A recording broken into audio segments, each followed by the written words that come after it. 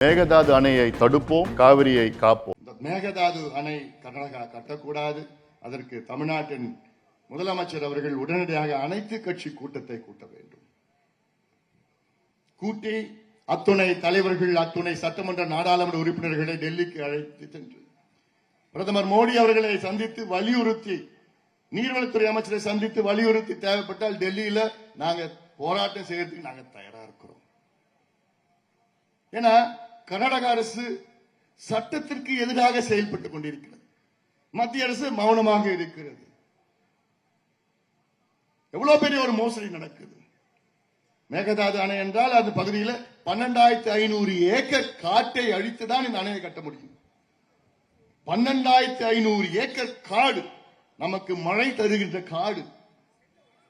அந்த காட்டில் கிட்டத்தட்ட 300 ஆண்டுகளாக வளர்ந்த மரங்கள், புலிகள், யானைகள், சிறுத்தைகள், கரடிகள், எவ்வளவு ஆயிரக்கணக்கான வனவிலங்குகள், இதெல்லாம் அழிச்சாதான் அந்த மேகதாது அணையை கட்ட முடியும் கர்நாடகாவில். சட்டம் இருக்கு, சட்டம் இதற்கு வழி கொடுக்கல. இது சட்டத்திற்கு எதிரான செயல், இது வன சட்டத்திற்கு எதிரான செயல், சுற்றுச்சூழலுக்கு எதிரான செயல். அதனால்தான் நான் கேட்டேன் திரு ராகுல் காந்தி அவர்களே, அந்தமான் தீவிலே இருக்கின்ற கிரேட் நிக்கோபார் ப்ராஜெக்ட், அதை நீங்கள் எதிர்க்கிறீர்கள். அதை நான் ஏற்றுக்கொள்கின்றேன். உங்க உணர்வுகளை நான் ஏற்றுக்கொள்கின்றேன். அந்தமான் தீவிலே கிரேட் நிக்கோபார் ப்ராஜெக்ட் என்றால் மத்திய அரசு கொண்டு வந்த திட்டம். அது அந்த தீவிலே சீனாவுடைய ஆதிக்கத்தை அடக்க அந்த திட்டம், அந்த மலாக்கா அந்த ஸ்டேட்ல அந்த திட்டத்தை கொண்டு வராங்க. அங்க ஒரு துறைமுகம் கட்டத்தை திட்டமிட்டு இருக்கிறாங்க.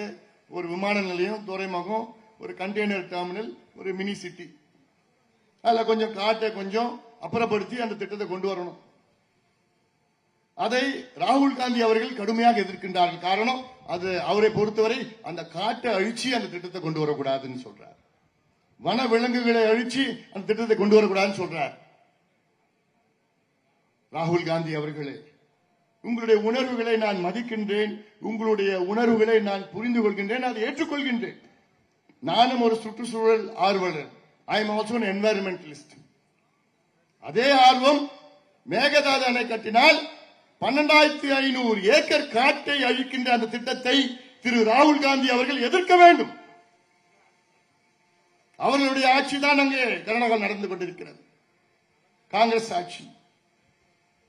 அந்தமானிலே எதிர்க்கின்ற ராகுல் காந்தி அவர்கள் மேகதாது அணையையும் எதிர்க்க வேண்டும். அப்போதுதான் நீங்க உண்மையான தலைவராக நீங்க இருப்பீர்கள்.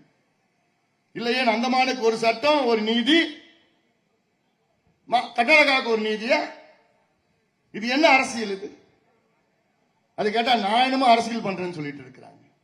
எனக்குன்னே அவசியம் அரசியல் பண்ணணும். எனக்கு இந்த மேகதாது அணையை சட்டத்திற்கு எதிராக கட்டுகின்ற மேகதாது அணையை தடுத்து நிறுத்த வேண்டும்.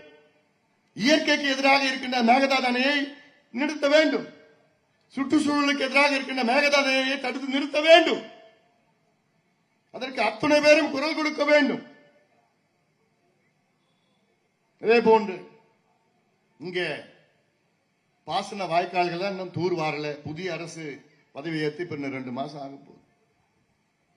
இந்த பகுதியில் டெல்டாவில் தான் இருக்கின்றார் வேளாண் துறை அமைச்சர் இருக்கின்றார். நீர்ப்பாசனத்துறை அமைச்சரிடம் நான் பேச இருக்கின்றேன். உடனடியாக இங்கே இருக்கின்ற வாய்க்கால் எல்லாம் தூர்வாரி, ஏதோ கொஞ்சம் மழை வர நேரத்தில் அந்த தண்ணியெல்லாம் இன்னும் கொஞ்சம் கடைமடை வரைக்கும் போகணும். அதையாவது செஞ்சு கொடுங்க. இதே போன்ற விவசாய கடன்களை அத்தனையும் கூட்டுறவு வங்கியில் வாங்கின கடன்களை, அது கால நேரம்லாம் இல்ல, 10 மாசம், 1 வருஷம், 2 வருஷம் எல்லாம் கிடையாது. அது சிறு குறு விவசாயிகள் அத்தனை கடன்களையும் தள்ளுபடி செய்ய வேண்டும். எங்களுடைய சட்டமன்ற உறுப்பினர் சௌமியா அன்புமணி அவர்கள் சட்டமன்றத்தில் தெளிவாக வாதத்தை வைத்தார்கள். தொடர்ந்து நாங்கள் அழுத்தம் கொடுத்து வருகின்றோம். மகாராஷ்டிரா மாநிலத்தில் 55 லட்சம் விவசாயிகள் பயன்பெறுகின்ற வகையில் அங்கே 36,000 கோடி ரூபாய் கடனை தள்ளுபடி செய்திருக்கின்றார்கள். 36,000 கோடி. இப்ப இருக்கின்ற டிவிகே அரசு இதுவரை 2,000 கோடி கடன் தள்ளுபடி என்று சொல்லியிருக்கின்றார்கள். கூடுதலாக இன்னும் ஒரு 15,000 கோடியை நீங்கள் ஒதுக்கீடு செய்தால் நிச்சயமாக இங்கே கூட்டுறவு வங்கியில் வாங்குகின்ற அத்தனை கடன்களையும் தள்ளுபடி செய்கின்ற ஒரு சூழலை முதலமைச்சர் விஜய் அவர்கள் ஏற்படுத்த வேண்டும், உடனடியாக செயல் வேண்டும். ஏன்னா இந்த கட்டலனா அப்புறம் என்பிஏ போய் அடுத்த வருஷம் கடன் கிடைக்காது. எவ்வளவோ சிக்கல்கள் இருக்கு, விவசாயிகளுக்கு இருக்கு. ஆனால் அதை அவசியம் செய்ய வேண்டும்.